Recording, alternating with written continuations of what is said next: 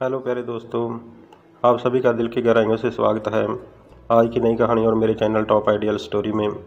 आज की कहानी बहुत ही ज़्यादा दिलचस्प होने वाली है। अगर इस कहानी को आपने बीच में स्किप कर दिया तो आप एक मज़ेदार कहानी से वंचित रह जाएंगे। इसलिए इस कहानी को पूरा ज़रूर सुनना। जैसे जैसे कहानी सुनोगे आपका इंटरेस्ट बढ़ता जाएगा। कहानी सुनने से पहले मेरे चैनल को लाइक, शेयर और सब्सक्राइब ज़रूर कर देना। आइए चलते हैं आज की कहानी की तरफ।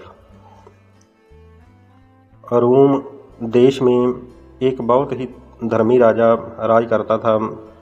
उस राजा के कोई बेटा नहीं था, सिर्फ एक शहजादी थी। वह शहजादी बहुत सुंदर और सुशील थी। राजा और रानी अपनी बेटी से बहुत ही प्यार करते थे। शहजादी अपनी सखी सहेलियों के साथ हमेशा बाग में घूमने के लिए जाती थी। राजा ने अपनी बेटी के लिए बहुत ही सुंदर एक बगीचा बनवाया था, जिसमें दूर दूर देशों से लाकर सुंदर सुंदर फूलों के पौधे और सुंदर फलों के पेड़ लगाए थे और बहुत सुंदर पंछी उसमें रखे गए थे।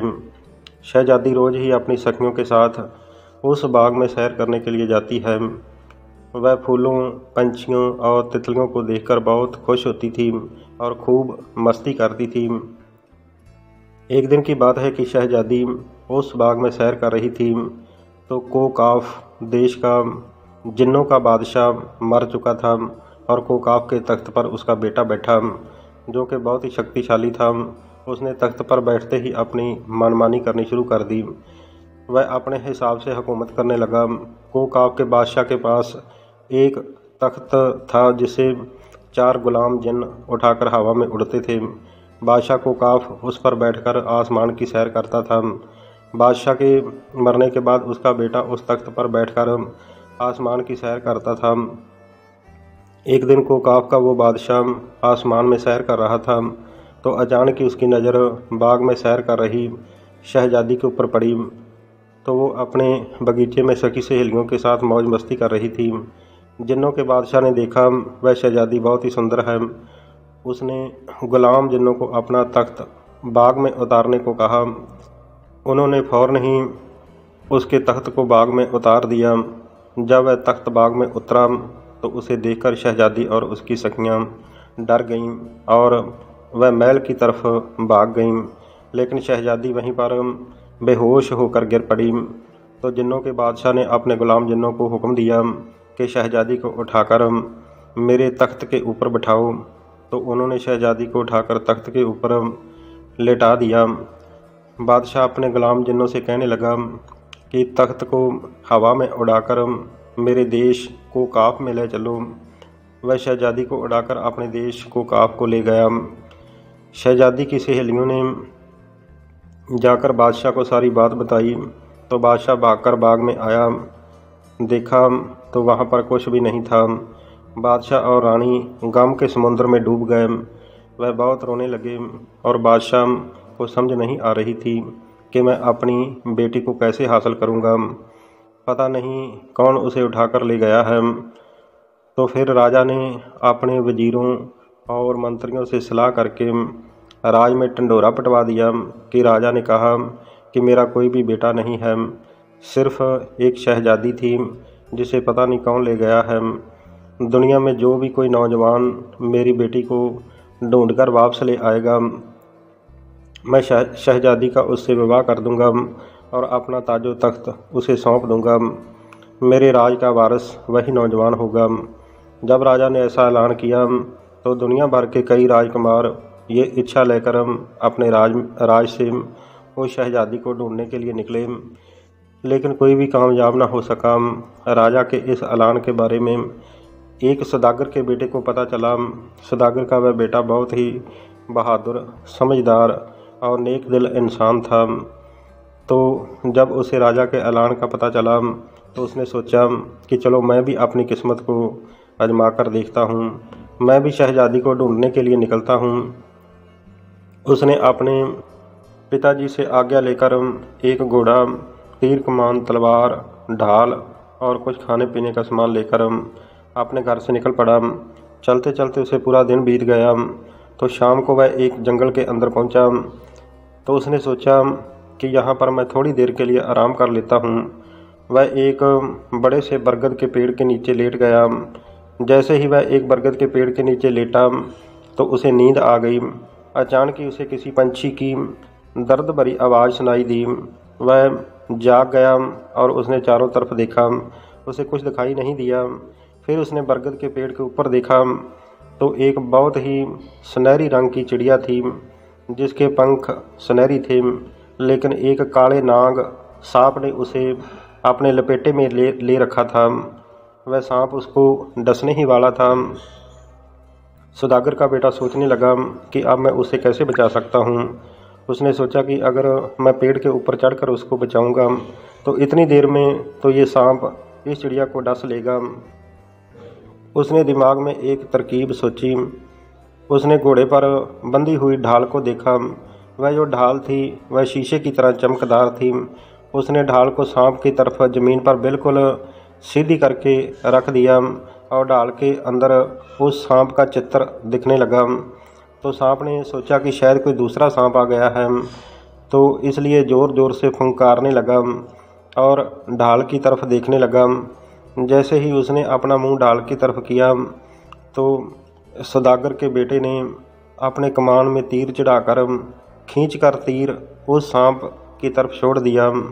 तीर सीधा सांप की फन में लगा तो वह धरती पर आ गिरा और मर गया।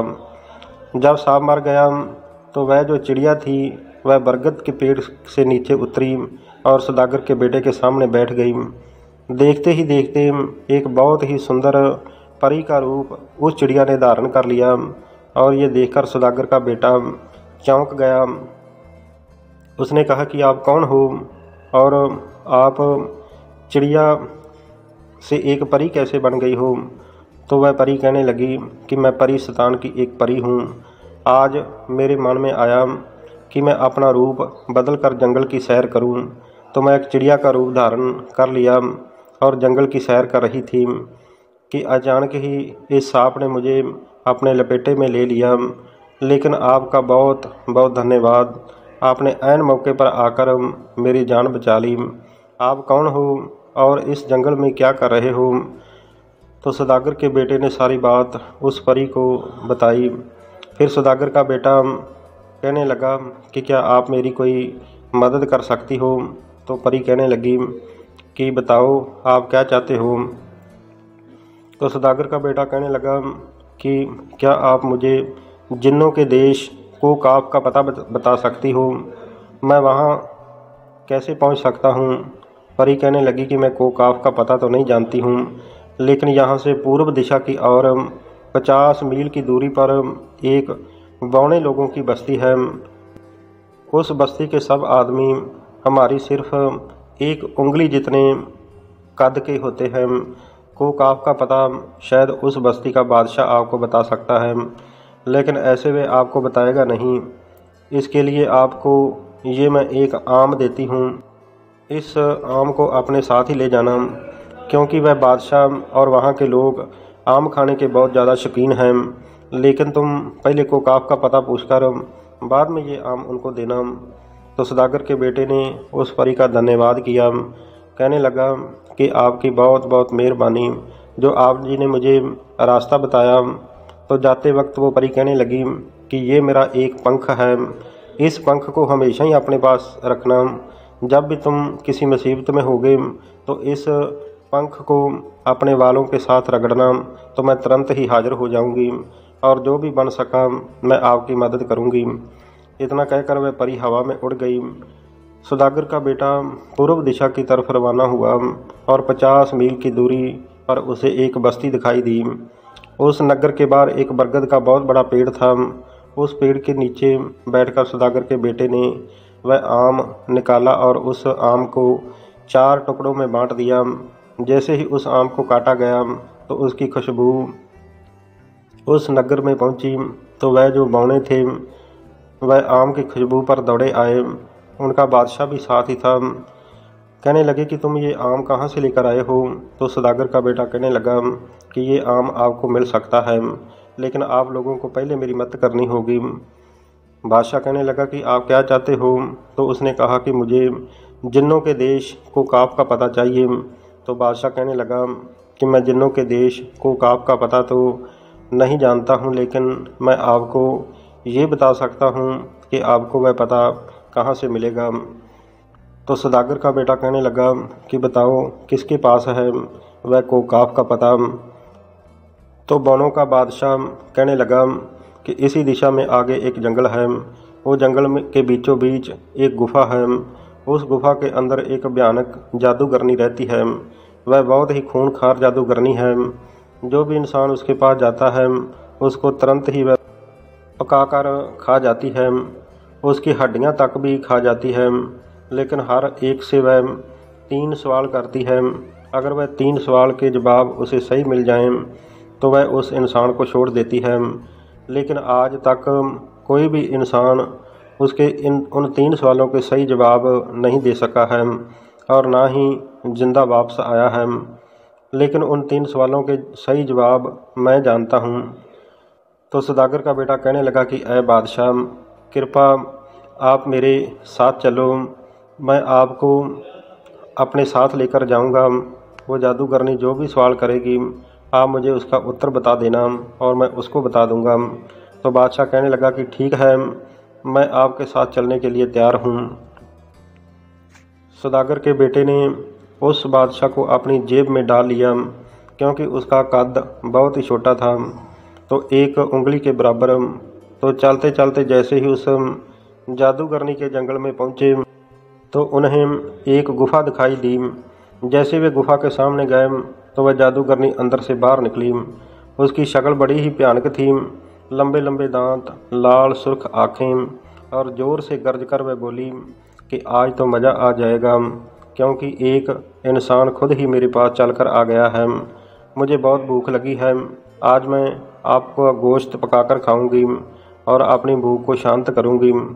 सौदागर का बेटा कहने लगा कि ठीक है, आप मुझे ज़रूर खा लेना, लेकिन मैंने सुना है कि जो भी आपके पास आता है आप उसे 3 सवाल करती हो, और अगर वह 3 सवालों के सही उत्तर दे दे तो उसकी जो भी इच्छा हो आप पूरी करती हो और उसे ज़िंदा भी छोड़ देती हो।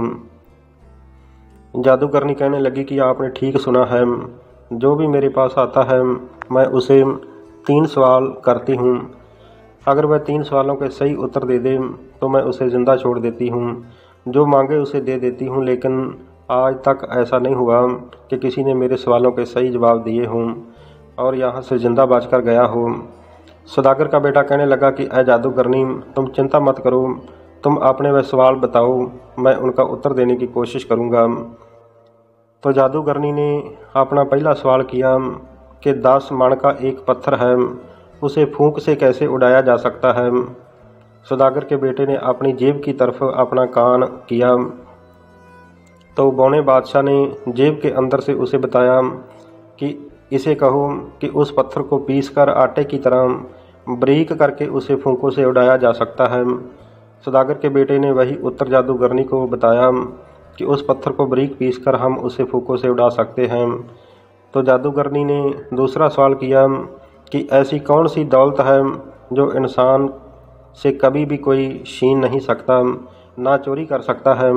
तो बौने बादशाह ने जेब के अंदर से फिर सौदागर के बेटे को इस सवाल का उत्तर बताया कि इसे कहो कि इल्म की दौलत यानी कि ज्ञान की दौलत वह दौलत है जिसे कोई चोरी नहीं कर सकता। तो दूसरे सवाल का भी सौदागर के बेटे ने सही उत्तर दे दिया। जादूगरनी ने तीसरा सवाल किया कि ऐसा कौन सा जुर्म है जिसे करते वक्त इंसान पकड़ा जाए तो उसे सज़ा मिलती है, लेकिन अगर वह जुर्म को कर लेता है तो उसे सज़ा नहीं मिलती। तो फिर सौदागर के बेटे ने अपना कान अपनी जेब की तरफ किया तो बौने बादशाह ने इस सवाल का उत्तर बताया कि इसे कहो कि आत्महत्या, क्योंकि इंसान अगर आत्महत्या करते वक्त पकड़ा जाए तो देश के कानून के मुताबिक उस इंसान को सज़ा दी जाती है, लेकिन अगर वह आत्महत्या कर लेता है तो उसे सज़ा क्या देनी, फिर तो वो वैसे ही इंसान मर जाता है। तो सौदागर के बेटे ने जादूगरनी को तीसरे सवाल का भी सही उत्तर दे दिया।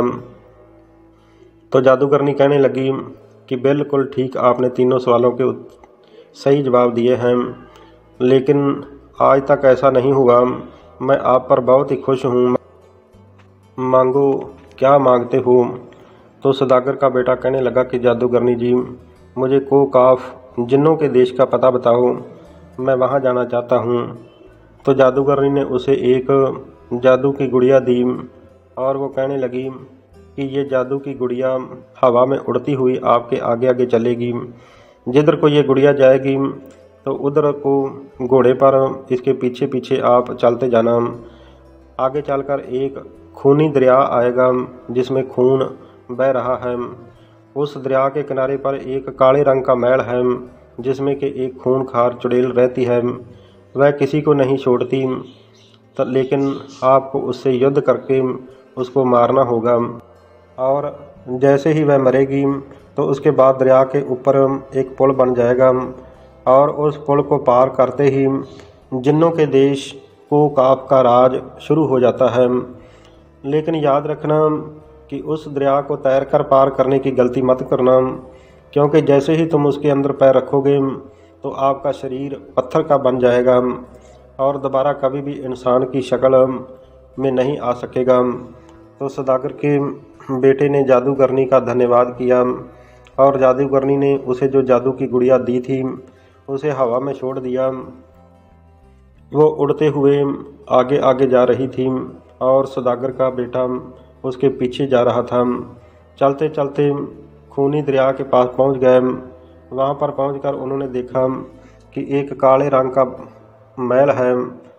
तो उस महल के सामने जैसे ही सौदागर का बेटा गया तो उसमें से एक भयानक चुड़ैल बाहर निकली।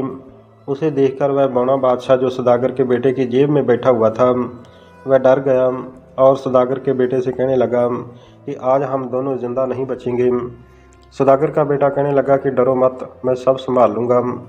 जैसे ही चुड़ैल ने उन पर हमला किया तो सौदागर के बेटे ने अपनी तलवार से उसके ऊपर वार किया, लेकिन चुड़ैल के ऊपर उसका कोई असर न हुआ। फिर उसे याद आया कि जंगल में जो परी ने उसे एक अपना पंख दिया था, वो पंख निकालकर उसने अपने बालों में रगड़ा तो एक धमाके के साथ वो परी तुरंत हाजिर हो गई। वह चुड़ैल जैसे ही सौदागर के बेटे के ऊपर हमला करने लगी तो उस परी ने अपने जादुई सितारे से उसके ऊपर अपनी शक्ति का वार किया तो वह चुड़ैल धरती पर गिर पड़ी। वह तड़फने लगी और थोड़ी देर के बाद मर गई। चुड़ैल के मरते ही दरिया के ऊपर एक पुल बन गया तो सौदागर के बेटे ने उस पुल को पार किया। जैसे ही वह जिन्नों के देश कोकाफ में दाखिल हुआ तो वहाँ पर एक बहुत ही विशाल परिंदे ने आकर उन पर हमला कर दिया। वह इतना बड़ा परिंदा था कि उसका कद पेड़ की तरह विशाल था। सौदागर के बेटे ने उसके ऊपर अपनी तलवार से वार किया तो उस तलवार के वार से उसे बहुत दर्द हुआ। उसने फिर दोबारा वार किया तो वह परिंदा चिल्लाकर कहने लगा कि ऐ आदमजाद नौजवान, मुझे मत मारो, तुम जो कहोगे सो मैं करूँगा, आप मुझे छोड़ दो। जब भी आपके ऊपर कोई मुसीबत आएगी तो पूर्व दिशा की तरफ आप मुंह करके मुझे पुकारना, तो मैं तुरंत ही अपने साथियों के समेत आपकी मदद के लिए पहुंच जाऊंगा। सौदागर का बेटा कहने लगा कि ठीक है, आप जैसा कहते हो मैं मान लेता हूं, लेकिन जब भी मुझे ज़रूरत पड़ी तो आप हाजिर हो जाना। वह परिंदा कहने लगा कि ठीक है, तुरंत ही पहुंच जाऊंगा।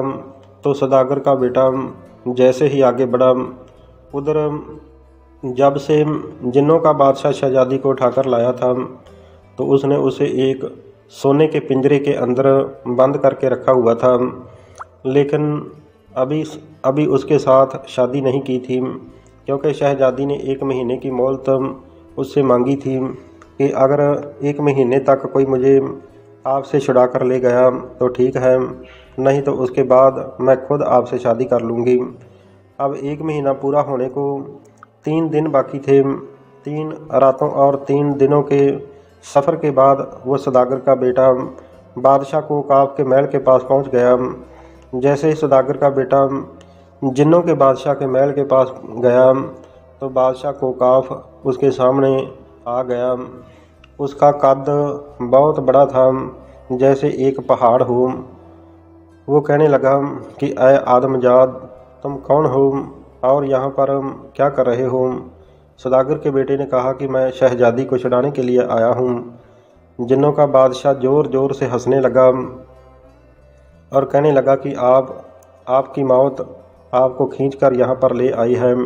अगर अच्छा चाहते हो तो यहाँ से पीछे लौट जाओ। सौदागर का बेटा कहने लगा कि आप चिंता मत करो, मैं मौत से नहीं डरता हूँ। मैं शहजादी को हर हाल में छुड़ाकर ले जाऊँगा। मुझे डराने की कोशिश मत करो। मैं अपने सर पर कफन बांध कर आया हूँ। बताओ कि तुमने शहजादी को कहाँ पर कैद करके रखा है? तो जिन्नों का बादशाह कहने लगा कि आदमजाद, अगर तुम मरना ही चाहते हो तो तुम्हारी मर्जी है। तो उसने अपने गुलाम जिन्नों को बुलाया और कहने लगा कि इस पर हमला करो। जैसे ही वह हमला करने लगे तो सौदागर के बेटे ने उस विशाल परिंदे को आवाज़ लगाई तो वह अपने साथियों के समेत पहुंच गया। उन्होंने अपनी चोंच में बड़े बड़े पत्थर उठा रखे थे। आसमान से वह पत्थर बरसाने लगे तो जिन्नों के बादशाह के गुलाम जिन्न पत्थरों के नीचे आकर मरने लगे। बहुत सारे गुलाम जिन्न मारे गए तो बादशाह को काफ अब अकेला रह गया। सौदागर का बेटा कहने लगा कि ऐ बादशाह को काफ, अब हम दोनों ही तलवार से युद्ध करते हैं।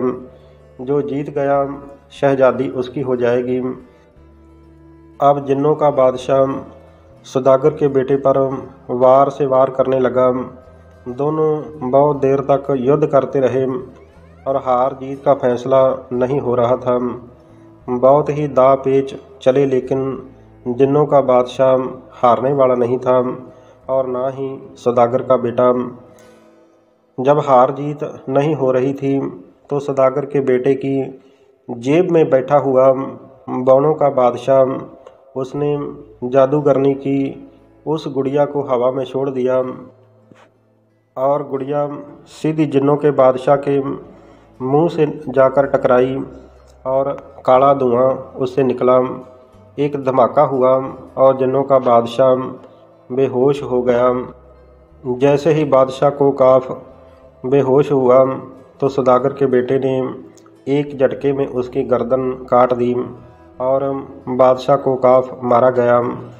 सौदागर का बेटा और बौना बादशाह जिन्नों के महल में दाखिल हुए और उस शहजादी को सोने के पिंजरे की कैद से आज़ाद करवाया।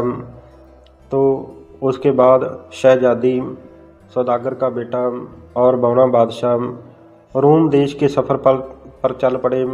तो चलते चलते शहजादी के पिता रूम देश के बादशाह के पास पहुँचे। रूम देश का बादशाह अपनी बेटी को देखकर बहुत खुश हुआ और उसकी बेटी ने सारी कहानी बादशाह को बताई।